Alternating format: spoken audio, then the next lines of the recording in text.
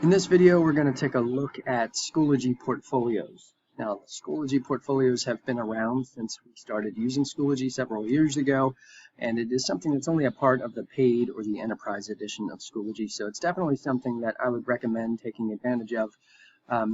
But when we started Schoology, chances are you were probably, getting to know the platform as a whole, and you may not have been ready to dive into portfolios. So I want to take a chance now just to give you an overview of what's possible with it and a little bit about how it works to help you decide if it's something that you'll be ready to use with your students. So to access the portfolios section of Schoology, it's kind of hidden. What you'll have to do, and this is the same for students, you have to get logged into your EASD Schoology account and then click your portfolio or your profile in the upper right hand corner. And then go to your profile by clicking that right there. And then within your profile, you're going to want to look for the Portfolios link on the left side of the screen. That'll take you to your Portfolios center, and if you have any portfolios from the past, they'll still be there. And if you don't have any, you'll have the option to, of course, create some. Now, I want to show you a completed portfolio before I dive into a little bit about the how-to, and just to give you a little bit of an idea of what is possible here with portfolios. Let's take a look at this portfolio for landforms. So just looking at the portfolio at a glance here, if you hover over it, it gives a description that I provided, has the name of the portfolio and the custom image that I set, and it tells me that there are 8 items within this portfolio. The green link here is telling me that it is published so that my teachers would be able to see this if I were a student, and then I have some options that are available. Let's dive into this portfolio. So the 8 items in this portfolio, Schoology Portfolios accept quite a few different options for things that you can add as artifacts within the portfolio, such as websites. You can just paste a URL from any website, whether that's just an article or something that you found online, or if it's something that you created on some sort of website, and it's like a share link, so you share the link to the thing that you created. So this here is just a Wikipedia article, and I put a little direction, so if you hover over it, it's very easy to add that kind of description to whatever it is. I made it with clay. So this is just a photo, which students would be able to upload. They can upload their own videos, photos, or even things like audio clips. This is a YouTube video just by copying the URL to that video and then pasting it here into the portfolio. This is another YouTube video. Here's an example of something that I created using a web service such as Adobe Spark. And I just shared it on Spark and then copied the share link and pasted it here to add it to my portfolio. And then here's a site, just a typical website. Another example of something that I created, which would be here a thing link, which I got the share link, pasted it into my portfolio, and then anyone that clicks that will now be able to view my created thing link. And a works cited, which is an example of just a page that I typed up directly within the portfolio, which is possible as well. You can create things on the fly while you're in here. So that's just a quick overview here of what a portfolio can look like. And once students create these things, they can share it with anyone, and you can get a share link and copy and paste it, send it to whoever. And whoever clicks that link does not need to have a Schoology account, and it doesn't even ask them for a login. It's real nice for sharing for family members or community members or anything like that, that anyone that clicks that link will be able to see the entire contents of the portfolio and view every part of it without having to log in, which is great. Let's take a look now at creating a new portfolio. I'm going to go back to my Portfolios Center.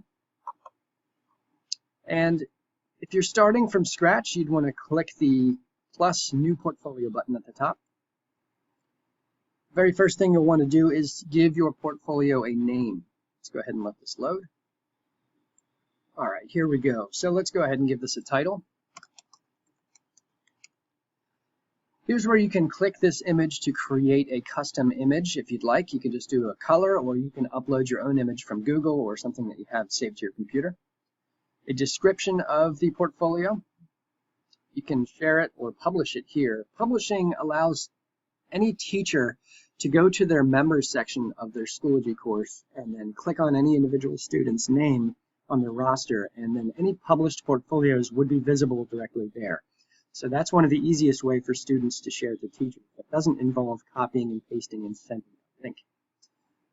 When you're ready to add portfolio items to your portfolio, you or students, if they're creating it, would hit this plus portfolio items. And here are the 4 different options for the types of things that can be added to a portfolio. If they choose an assignment submission, it would ask them to choose which course to pull the submission from. So this would be anything that a student had submitted to a class in the past, such as a PowerPoint presentation or a Word document or anything like that. The student just simply chooses the class that they submitted something to before.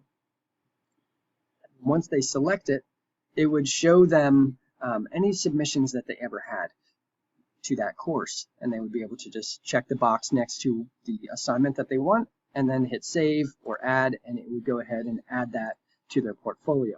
Just a copy of it. It's not going to take it away from the class, just adds it as a copy, as an artifact. Next down the list we have a file. That would be any file saved to the student's computer or to OneDrive. Now, even if Schoology doesn't recognize the file type, it can be added to a portfolio. So for example, if it's an Active Inspire flipchart or something like that, it would host the file just fine, but anyone that's trying to view that file would need that program on their computer. Basic files like audio, video, things like that, or just a picture would be displayed pretty easily within the portfolio. So just wanted to let you know that it does support any type of file, even for specialized programs.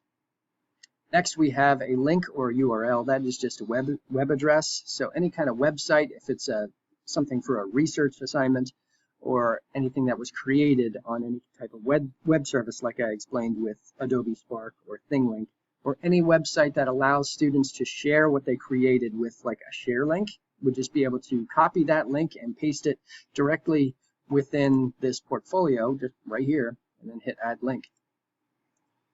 And then we have page. This is what I did for a works cited in my portfolio example, where students would be able to type something directly within the portfolio and create it on the fly, and then have that be a part of their portfolio. So here's the example of what a page creation looks like within a portfolio. So right within the portfolio, the student will be able to create a new page. So this doesn't have to be like a Word document that was already typed up. This could be something that's on the fly. It's pretty handy, and they can even add a custom image, and they have access to the rich text editor for, formatting text and things like that. After they're done, that page will then live within their portfolio. It doesn't get saved anywhere else, and it'll just be a part of that. All right, so let's go back to the main section here. After the portfolio is created, again, it gets us added to the students or your portfolio center. So it just gets saved with all the rest. And then from there, it's able to be shared. So I'm going to show you how to do that. Okay, here I am back at my portfolio center. I apologize for all my empty blank portfolios. That kind of a result of just showing things like this. But again, the purpose of this circle is just to click this to turn it green, publishes my portfolio. Now, any teacher that I have, if I'm a student, would be able to click my name on their roster and then view any portfolios that I have set to published, assuming I am on their roster. If I'm looking to share my portfolio publicly, or just through Schoology or anything else like that, whoever owns the portfolio would have to go to the portfolio center, click the 3 dots next to the portfolio that they're looking to share, and then click the Share Portfolio button. Just one thing I want to point out here is to be careful with the proximity of the delete button, which is right below Share. So be careful you're clicking Share, not Delete. After that, you get a link to that specific portfolio.